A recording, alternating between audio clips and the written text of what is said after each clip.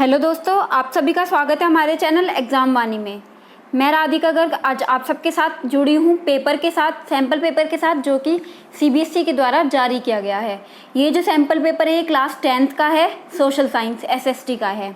ये जो पेपर है सीबीएसई के द्वारा जारी किया गया है ताकि बच्चे जो अपनी तैयारी कर सके, पेपर को पैटर्न को समझ सके कि पेपर किस तरीके से आता है। तो आप ये वीडियो जो है ज़रूर देखें और अपने दोस्तों के साथ शेयर ज़रूर करें, ठीक है। और आप लोगों को क्या करना है, अपना टाइम मैनेजमेंट भी करके चलना है। जैसे कि पेपर 3 घंटे का आता है, 80 नंबर का आता है, तो जिस तरीके के क्वेश्चन होंगे वो सब कुछ आपको इस सैम्पल पेपर से पता चल जाएगा। तो अब उसके बाद जब आप अपनी तैयारी करें तो अपना टाइम मैनेजमेंट सोचें कि मुझे किस तरीके से किस क्वेश्चन पर कितना टाइम लगाना है। तो हम ज़्यादा देर ना करते हो अपने पेपर की तरफ चलते हैं। इसका लिंक मैं आपको डिस्क्रिप्शन बॉक्स में दे दूँगी, आप सीबीएसई की साइट से उसको डाउनलोड कर सकते हैं। सेक्शन ए है जिसमें 16 क्वेश्चन होंगे एक एक नंबर के, ठीक है। पहला क्वेश्चन है हमारे पास, identify the correct statement with regard to the act of union 1707 from the following option. अब इसमें से कौन सा ऑप्शन सही है? Option number C, the formation of the UK of Great Britain. फिर नेक्स्ट क्वेश्चन है, which of the following treaty recognised Greece as an independent nation. तो वो है treaty of Constantinople, option number D. Next is, which of the following was the reason for the calling of the non-cooperation movement by Gandhi ji. तो इसमें होगा Chauri Chaura incident, option number D. Next is fill in the blank, BPO is an example of information technology industry in India. इसमें जो answer है वो होगा ये highlighted word information technology. इसमें ऑप्शन दिया हुआ है कि या तो आप ये वाला पार्ट कर सकते हैं फिर ये वाला। इसका दूसरा है, green revolution has help fertiliser industry to expand in different parts of India. फिर नेक्स्ट क्वेश्चन आता है, choose the correctly match pair about the primitive cultivation in India from the following option. इसमें आंसर होगा A, Dahiya, Madhya Pradesh. फिर next है, fill up barley rabi crop, cotton kharif, इसके साथ आएगा क्यूक्यूम्बर और zaid crop. Next is identify the soil with the help of the following feature. अब यहाँ पर ये फीचर दे दिए गए हैं, हमें बताना है फीचर कौन सी सॉइल के हैं, तो वो है एरिड सॉइल के। फिर आता है, a type of millet rich in iron, calcium, other micronutrient and roughage is called ragi. Next is, the population of Sri Lankan Tamils is concentrated in north and east region of Sri Lanka। फिर आता है यहाँ पर question है, इसमें आपके पास choose करना होगा, तो आप डिफाइन मेजोरिटेरियनिज्म करना या फिर डिफाइन एथनिसिटी करना है, कोई एक आप इसमें कर सकते हैं। फिर नेक्स्ट क्वेश्चन है, which administrative authority legislates on residuary subject, या फिर आप ये कर सकते हैं, which administration authority legislate on union list. फिर इसके बाद क्वेश्चन है कि ये यहाँ पर डाटा दिया हुआ है कि which country has most suitable distribution of income. तो इसमें ऑप्शन नंबर ए सही हो जाएगा, कंट्री ए। नेक्स्ट इज, हमें यहाँ पर इंफॉर्मेशन पढ़नी है और करेक्ट ऑप्शन को सिलेक्ट जो है कर लेना है। तो इसमें जो है ऑप्शन नंबर ए जो है वो सही हो जाएगा। फिर इसमें पार्ट दिया हुआ है कि या तो आप ये वाला क्वेश्चन कर सकते थे या फिर ये वाला करना है कि most of the agriculture labourers like Mohan depend upon loans from informal sector, which of the following statement about this sector is correct. इसमें होगा ऑप्शन नंबर सी, करेक्ट। फिर आता है, which of the following option describe collateral. तो इसमें होगा option number D, asset as guarantee for loan. फिर आता है, read the following given statement in the context of globalisation and choose the correct option. अब हमें बताना है कौन सा ऑप्शन इसमें सही हो जाएगा, ऑप्शन नंबर डी। फिर इसमें लास्ट क्वेश्चन है सेक्शन ए का, in the given question below एक असर्शन है और एक रीज़न है, तो हमें choose the correct option. Assertion दिया हुआ है, different people have different development goals, और रीज़न है people want freedom, equality, security and respect. तो इसमें ऑप्शन ए सही हो जाएगा कि दोनों ए और आर ट्रू हैं और आर इज़ करेक्ट एक्सप्लेनेशन। फिर सेक्शन ए जो है यहाँ पर ख़त्म हो जाता है। अब आएगा सेक्शन नंबर बी, जिसमें कि 6 क्वेश्चन होंगे 3-3 नंबर के, तो टोटल ये 18 मार्क्स का होगा। जिसमें पहला क्वेश्चन है, why did Gandhi ji start non cooperation movement, explain. तो यहाँ पर ये आंसर भी दे दिया गया है। फिर नेक्स्ट क्वेश्चन है explain the measures and practices introduced by the French revolutionaries to create a sense of collective identity amongst the French people. इसमें आंसर भी दे दिया गया है, कोई भी 3 पॉइंट आप यहाँ पर कर सकते हैं।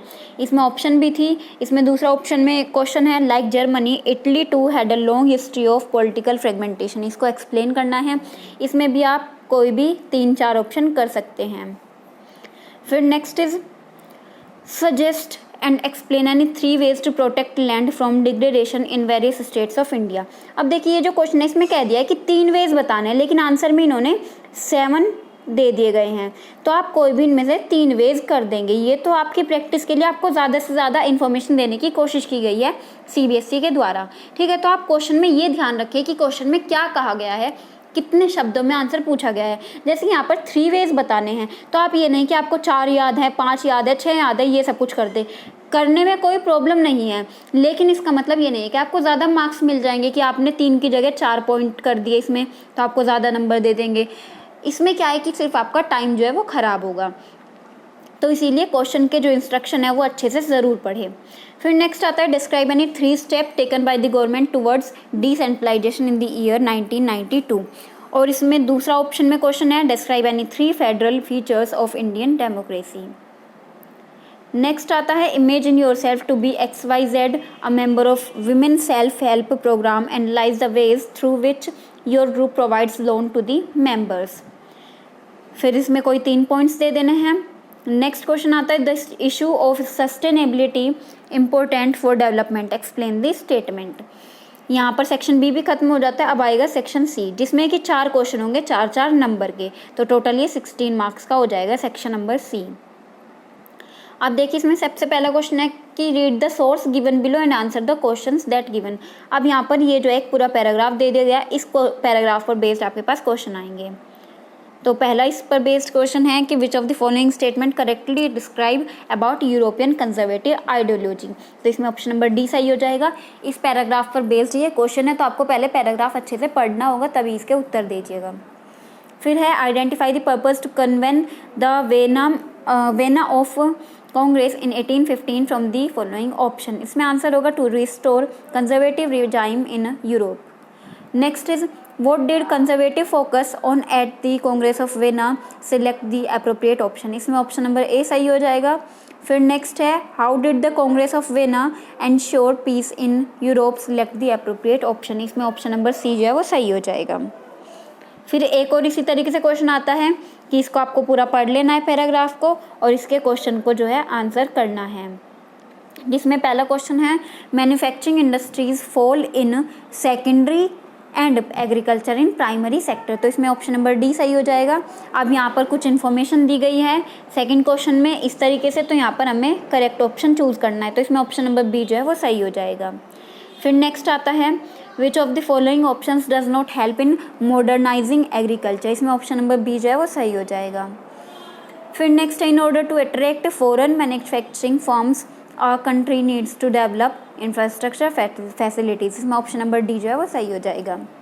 फिर नेक्स्ट भी इसी तरीके का क्वेश्चन है कि इसमें आपको एक्सट्रैक्ट को पढ़ लेना है और फिर आंसर देने हैं। इसमें पहला क्वेश्चन है कि people's right to choose their own rulers is called right to vote, option number C. फिर आता है which of the following options help in promoting transparency in the governance, वो है राइट टू इन्फॉर्मेशन।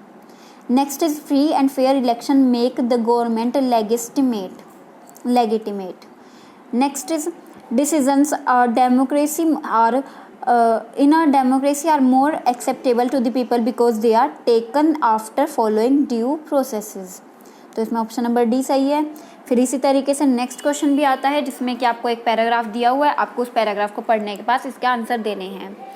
पहला question है इसमें the passage given above relates to which of the following option, इसमें होगा foreign investment. Next is according to the given passage Ford Motors can be termed as a multinational company based on which of the following option, तो वो होगा industrial and commercial ventures across globe.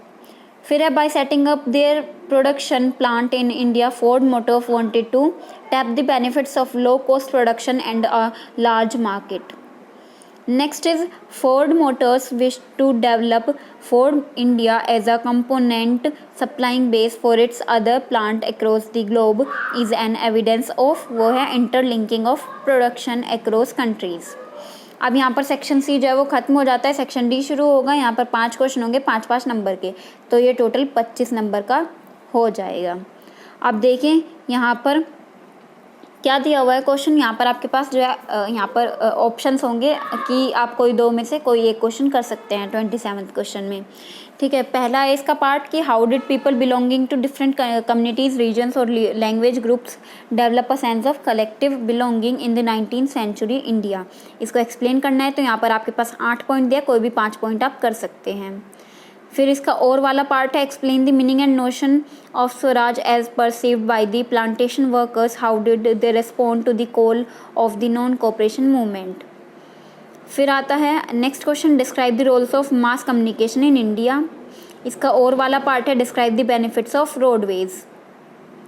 फिर next है suggest and explain any 5 ways to reform political parties of India.